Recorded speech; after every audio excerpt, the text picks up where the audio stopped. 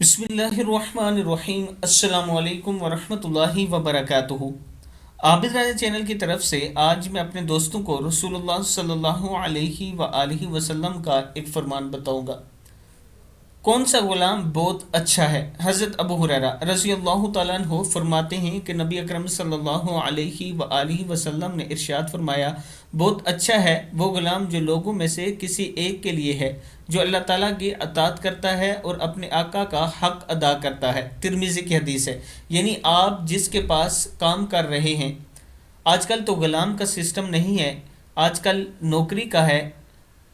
अगर आप किसी के पास जॉब वगैरह कर रहे हैं तो ईमानदारी के साथ आप काम किया करें, हक हलाल का खाया करें और इसके साथ अपने रब की अताअत किया करें, अपने रब से डरा करें। आप बेहतरीन इंसान होंगे। इस वीडियो को आप दोस्तों ने आगे ज़रूर शेयर करना है। अस्सलामु अलैकुम वरहमतुल्लाहि वबरकातुहू।